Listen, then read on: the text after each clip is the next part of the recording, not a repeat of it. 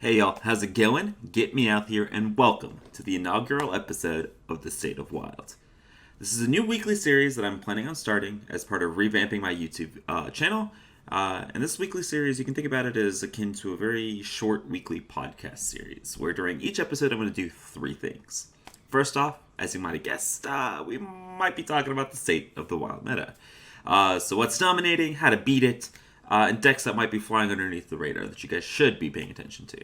Second, we'll talk about wild news, controversial topics, or maybe the lack thereof, a lack of communication. And lastly, last but not least, we'll be talking about my decks of the week. So first of all, we're going to split them into three things. First off, a deck that's super powerful, super meta, that I think is the king, or that I'm having the most fun playing. Next up, we'll be talking about like an under-the-radar deck, so something that's either sneaky good, or a current meta deck with a sneaky under-the-radar tech card that will help you gain a slight edge in certain matchups. And lastly, I'll present a meme deck or a fun deck that I've been playing and really enjoying messing around with. For those of you that aren't looking, to try hard Legend or are looking for a short reprieve at the ranked floor. So, without further ado, let's go ahead and dive on in. So, as you may have heard or experienced recently, Mage and Warlock are good, really good, and super popular, kind of insanely popular. So here's a little bit of anecdotal evidence from you, just for my games this month at the ranked floor, and for my games last month, at Legend and the climb to Legend. And here's some stats from the VS report and from HS Replay. So, moral of the story, Mage and Warlock are super freaking popular and pretty freaking busted. So the question that immediately comes to mind is why? We've had some really popular decks before, or really strong classes in WoW before, but I don't think we've seen such a dichotomy like we have in this meta. So let's try to take a really quick dive into why they might be so popular. So first off, let's take a look at the popular tier list out there. Let's look at Rankstar, let's look at Tempest Storm, and let's look at Vicious Syndicate. And they all have over 50% of their top 10 decks in the meta as either Warlock or Mage. Now, this following statement is completely my opinion, but I would argue that the quality of the cards shared between Warlock and Mage are of so much higher quality than other current cards of other classes, right? Mage has obtained so much strong Secret synergy to combine with Burn and card draw that Secret Mage is the best aggro deck out there. And Open the Waygate or Quest Mage is super consistent at this point, and thus Quest Mage has the best late game win condition regardless of type of Quest Mage out there in the game. Nobody else can compete with Open the Waygate's win condition. And the fact that it can't be interacted with is actually kind of insane, because you can't interact with it effectively outside of just low tap. So now I say the following as a Warlock player. Warlock has the three best AoE cards in the game right now, in Dark Skies, Defile, and Plague of Flames. Defile beats low to the ground wide boards, Plague of Flames beats narrow tall boards, and Dark Skies kills those in between boards or cleans up after the other two. So you've got everything you need to stall until you can play your good cards. And now, speaking of good cards, Warlock also has access to not only some of the best cards, but also some of the best mana cheat cards in the game with Void Color and Blood Bloom. So basically, the meta right now is Mage, Warlock, and a little bit of Even Shaman. And so you have to go really, really aggressive to get underneath the Quest Mages and Combo Warlocks, but then you lose to Even Shaman, which is the best anti-aggro deck out there. So it's a really, really polarized meta, and I feel like there's a little bit of agency lacking in the current meta. And so, yes, subtle strategies have popped up that counter one or two of the popular decks, but nothing that can beat them consistently, until maybe now. So now, let's get into part 2. So part 2, UNNERFs are live now. We've got Raza back to 0 mana hero power. This shit is busted. This deck was already good before the unnerf, and now we're back to the days of Machine Gun Priest. And I know a lot of people have these memories of this card and they wanted it back. I'm just really, really skeptical because Reno Priest with 0 mana Raza is basically another Reno Questmage style deck, which nobody really likes playing against in the first place. So yes, maybe it'll slow down Orchestra Warlocks or Keep Warlocks, but we'll see. And Machine Gun Priest also loses to Ice Block anyways, so the people saying, oh, yes, it loses to Ice Block, so it's going to lose to Questmage, so it's not even that good in this current meta, you're drunk. Okay, it's going to beat all the other Warlocks that are in the meta. It's going to beat the Even Shamans. And we're just going to see an increase in Mage. But that also doesn't mean that Reno Priest isn't a problem. Because It's just so insanely strong, and so much stronger than everything else out there, that people are going to be complaining about this before long. I promise you that. We'll see what happens there. Next up, we have Call of the Wild back to 8 mana, which is really, really nice, actually. It's not like insanely busted, but it's just a really, really strong card. I think a lot of people have forgotten just how strong this card is, especially if you can play back-to-back Call of the Wilds. It's a really, really nice top end for a lot of mid-range hunters, okay, regardless of the kind of mid-range hunter. But I don't think that this card, while good, is strong enough on its own to bring Hunter back to being a super competitive deck. Okay, next up we've got the unnerf that we all kind of were expecting. Yogg is unnerfed. It will continue casting even after it dies. I mean, I don't think I need to say anything about this, but praise Yogg. Yogg is back. And I think you're going to see a lot of fun clips out there from Rothel and Solemn and everybody else that, playing 40 or 50 spells. Yogg is back, baby. Sludge Slurper is back to a 2-1, so this is one that's already been kind of leaked before. But this is back to being a playable card again in Quest Shamans and Murloc Shamans everywhere. Again, I don't think it makes these two decks good in the current meta, but they are back to being good, and they are nice little buffs due to Sludge Slurper being unnerfed. Next up, we have Spiteful Summoner back to 6 mana, which means Spiteful decks are finally playable in Wild again for the first time in years. It's nice. I don't think that they'll be super popular or super good, but I think the fact that they're playable again in Wild is amazing and something that should have happened a long, long time ago. I'm excited to mess around with this in Hunter and Priest and Druid, and seeing if the increasing quality of neutral cards makes these decks more viable and potentially playable.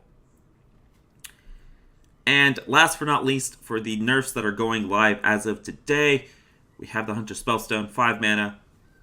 It's back to being busted, right, if you're thinking about it in standard context, but it's back to being good in Wild. A lot of decks were actually cutting Spellstone because at 6 mana it's a little bit too expensive and competes with the other decks out there or other cards rather that you want to be playing, like Zihi or Rexar.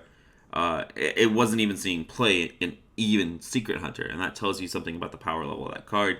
It being back to 5 mana is nice because it also provides you that bridge between something like Hyena, Alpha, and your 6 drops. So I think Spellstone being back to 5 is a huge deal. 5 mana 12/12's gotta be somewhat good. So yeah, Hunter getting a huge set of buffs this with a set of unnerfs, which is actually really, really nice to see. So just a reminder, all of these nerfs are live right now. So get in there and start playing with them. I'm sure you're going to be seeing a ton of Reno Priests, so make sure you keep that in mind. But we also have some nerfs that are going live next week on the 26th. So those 4 are Dr. Boom, going back to 7 mana, which we already knew. It slots back perfectly into Odd Warrior, but it doesn't fix the problems that Odd Warrior already has, so I'm not too excited about this one. The 2 that I am excited about, we've got Giggling Inventor being unnerfed. So it's was 5, got nerfed to 7, and now it's back to 6. This nerf is interesting because, I keep saying nerf, I mean unnerf. This unnerf is interesting because it's not back to 5, which is where it was during its live state, which is where it was absolutely dumb. And since it's not going back to the state it was on live, I don't really know how this is going to feel at 6 mana. So this is like a solid defensive card, right? Think about something like Kartat Defender. But it's not going to be an auto-include in every deck like it was when it was 5 mana. But you can see this potentially seeing play in something like even Shaman or even Warlock. Raiding Party is also getting unnerfed back to 3 mana. So we get it back for Aggro Kingsbane, which I'm super excited about. I love that deck. The double hit of Prep and Raiding Party, when Rogue was super, super dominant in Standard, was a double punch in the gut. But we at least are getting Raiding Party back. And Raiding Party should be nuts in Kingsbane, and I'm excited to play some more aggro Kingsbane. And then last but not least, we have Reckless Experimenter getting reverted back now that Snip Snap and Echo have been nerfed. So we're getting memes back like Egg Priest. So that means nothing for the competitive state of Wild, but the fact that I'm getting some of these meme decks back, for those of you guys that do like to have fun, it's a relevant unnerf, but shouldn't have a significant impact on the Wild meta. So these unnerfs are insane. I love them. I've talked about this on my stream before, but the unnerfing of cards is something that a digital card game should be taking advantage of, and I'm glad that they are. So this set of unnerfs it's just like when they unnerfed Snip Snap before Descent of Dragons. It's going to be a couple of weeks of a fresh metagame, which is always super, super nice to have. And I could talk more about this new section for ages, because we're getting card changes for Priest, rank changes. We're getting a new class, Demon Hunter Illidan. This art, it's beautiful. But for the sake of keeping things short, I'm just going to summarize them as they're freaking awesome changes. Hearthstone's team is doing great work, and people should stop shitting on them. Team 5 is doing good stuff. Okay. Also, before the new expansion comes on April 7th, make sure you guys craft your Hall of Fame cards golden to get that free dust once the new set comes around. Okay, last segment of this weekly video is the decklist segment. So like I said at the beginning of the video, I plan on talking about a meta deck, an under the radar deck, and a meme deck. But for today's episode, we're going to break that rule just a little bit, because we got unnerfs and a new card. So let's talk about 3 decks that utilize these new and unnerfed cards. Alright, so let's start off with the deck that everybody's going to start leaning towards, Combo Reno Priest. So I like the heavy cycle versions of this list. This is very similar to the list that I was running with 1 mana hero power Raza. So it should get much better with 0 mana hero power. I am doing a little bit of a unique thing, running Velen and Mind Blast in addition to the Spawn combo, because it gives you 2 waves of massive amounts of damage to potentially get around things like Ice Blocks or massive amounts of armor from Druids. Next up, we've got Hunter. So I've got 2 Hunter decks here for you. Hunter got a bunch of stuff unnerfed. So the first one's going to be a hybrid Hunter build, taking advantage of unnerfed Spellstone and Call of the Wild as a finisher. So this is, I think, the build that I think has the most potential to be competitive. I think the deck's looking pretty strong. And I'm excited to see, with this as a starting point, where people can take it. I obviously do not know a lot about Hunter. So the mix of secrets is something to play around with for sure. But when you have really strong cards like Face Stalker, Hyena Alpha, Call of the Wild, and now 5 mana Spellstone, I think this deck actually has a lot of potential to be competitive. And then last but not least, you can't unnerf Spiteful Summoner and Call of the Wild in the same patch and not have me build a Spiteful Hunter deck. So this is the one that takes advantage of the Dragon Shell. It's actually super popular in Standard, and we've come and pulled it, and we're making Spiteful Dragon Hunter. I don't think this deck is going to be as good as that hybrid Hunter build, but this deck should be pretty damn sick with the Spiteful and the Call of the Wilds as your top-end finishers. Should be pretty fun. And last but not least, and kind of under the radar, we got a new card today. Kael'thas. This is a 6-mana 4/7. The 3rd spell you cast every turn costs 0. So I've been thinking really hard about how to potentially break this and abuse it. And while I sit here and wait for somebody smarter than me to come and break this format with a card, I'm just going to be shoving it into some Jade Druid builds where you can shuffle some idols, play a Spellstone or 2, and then play a free Overflower UI, and then have the rest of the mana to play some more idols, or card draw cards, or just, powerful minions. But there we go, guys. I hope you guys enjoyed this first episode of The State of the Wild. A reminder that we'll be doing episodes like this weekly with news and decks every week. This I thought was the best time to start it, with all this news and a new expansion coming soon.